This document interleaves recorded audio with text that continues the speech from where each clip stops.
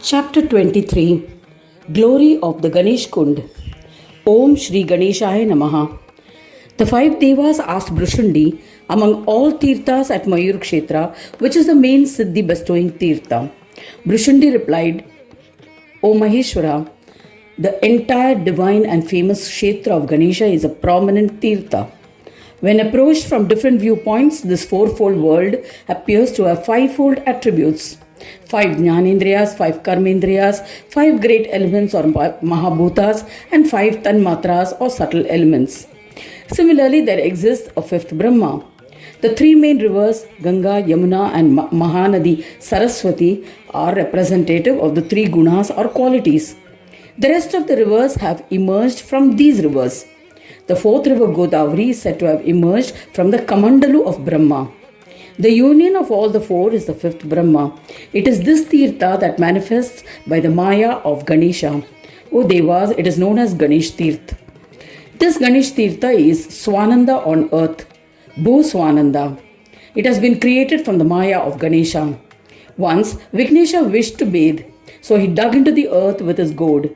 A divine Tirtha emerged from the earth due to his Maya for him to bathe in. Lord Ganesha bathed in it and commenced his actions. It remains an inexhaustible water pond, Akshay Kund. He admiringly named it Ganesh Kund. When one takes its darshan, he is blessed with enjoyments and liberation. The merits earned when one touches its waters are indescribable. What more can I say about this divine Tirtha? The 4th Tirtha that originated from the Kamandalu of Brahma has the powers to grant liberation to the one who bathes in it. O Maheshwaras, the 3rd river Bhagirathi especially grants liberation to the ones who bathe in it. It's also called Swarna Nadi. Saraswati is described as a 2nd river. If one bathes in her waters for 3 days, one attains Swarga. Yamuna is an enormous river. If one bathes in her waters for 7 days, then he shall attain Swargaloka.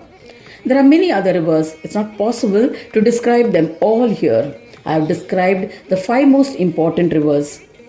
I shall narrate another legend in this context. Please listen carefully. A king named Bhadra ruled the kingdom of Gurjara. Disobeying the rules of his dharma, he was addicted to indulgences of wine, women and meat. He would behave as he pleased. He committed many sins. One day, in an inebriated state, he raped his daughter as she was alone. She cried for help, but to no avail. O Devas, such were the sins he committed. What more can I say? Narrating them agonizes me. When he died, Yamadutas caught him, battered him, and took him to Yama's abode. A miraculous event occurred on the way. When he was being taken to Yamaloka, there was an airplane shining brilliantly like the sun. It was a reflection of his airplane. The winds which had blown over the Kunda touched the king and washed away the sins of King Bhadra. As a result, the King Bhadra was purified and the sinless king was taken to the court of Yama. Yama granted that he be reborn as a virtuous trader named Devadharma. He observed all rituals to the gods and followed his own dharma. While he was descending from Swargaloka, he remembered Ganesh Kunda. He then remained in the Kshetra and worshipped the Ganesh Kund regularly. When he saw the Ganesh Kund, he recollected his earlier birth. He stayed in the Kshetra and continued to worship the Kund. Due to the pious acts, he merged with the divine when he died. This is the glory of the good deeds done in previous births. The Lord of Devas asked, how did he visualize the Ganesh Kund? Which caste was he reborn into? Please narrate these fascinating events. Bhrishundi replied, a sinner and a chandal of the lowest caste would regularly commit dacoity.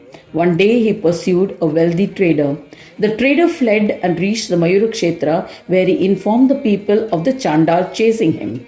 The trader was standing in front of me when he saw the chandal who was chasing him.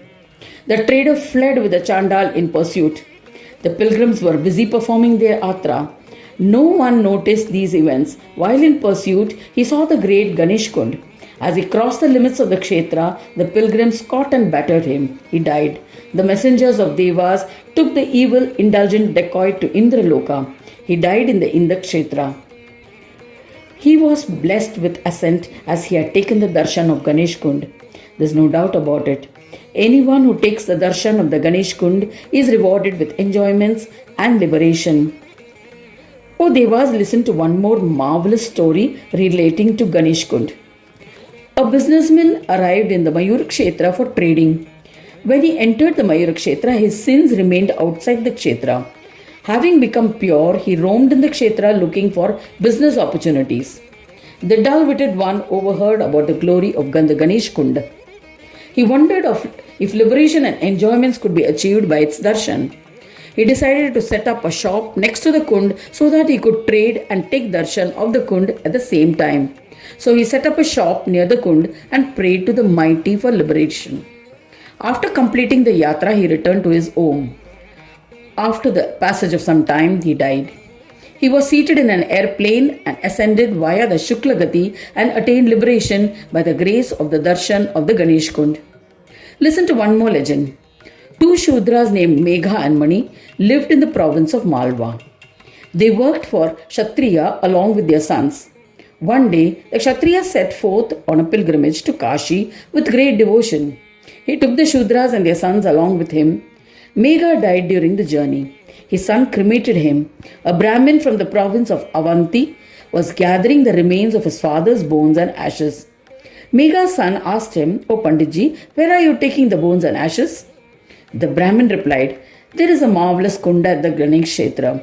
If the ashes are consigned in its waters, the deceased one attains liberation. Therefore, I am accumulating the remains of my father for immersion." Hearing that, the Shudra too collected the remains of his cremated father. At Kashi, Mani too passed away. His son collected the father's remains. The Kshatriya reprimanded him, saying, "Why should you go to Mayurik Kshetra to immerse the ashes instead of Kashi?" The son replied, "I need to fulfill my deceased father's wishes." At that time, a Brahmin, well versed in Shastras, arrived.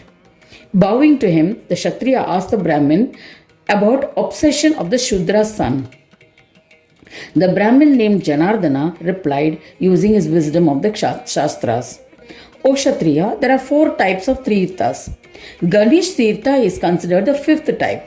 The Ganesh Tirtha is called Brahmanaspati Tirtha by those learned in Vedas. The various Brahmas are his divine play. Those learned in Shastras and who reside in Kashi also take the remains of the cremated deceased for immersion in Ganesh Kund. Hearing the words of the Brahmin, all his doubts were clarified. He bowed to Janardana and returned home after completing the yatra. The Kshatriya completed his yatra and returned home.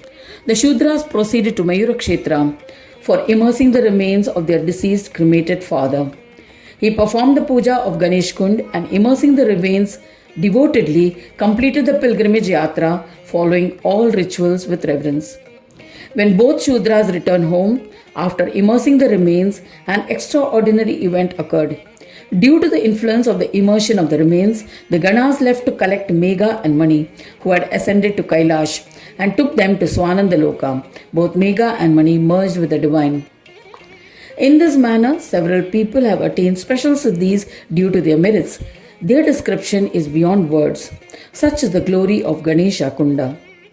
Thus ends the 23rd chapter titled Glory of Ganesh Kund in the 6th Khand of the Purana Upanishad, Srimad Mudgal Puran, describing the legends of Vikata. Dedicated to Shri Gajanana. End of chapter 23.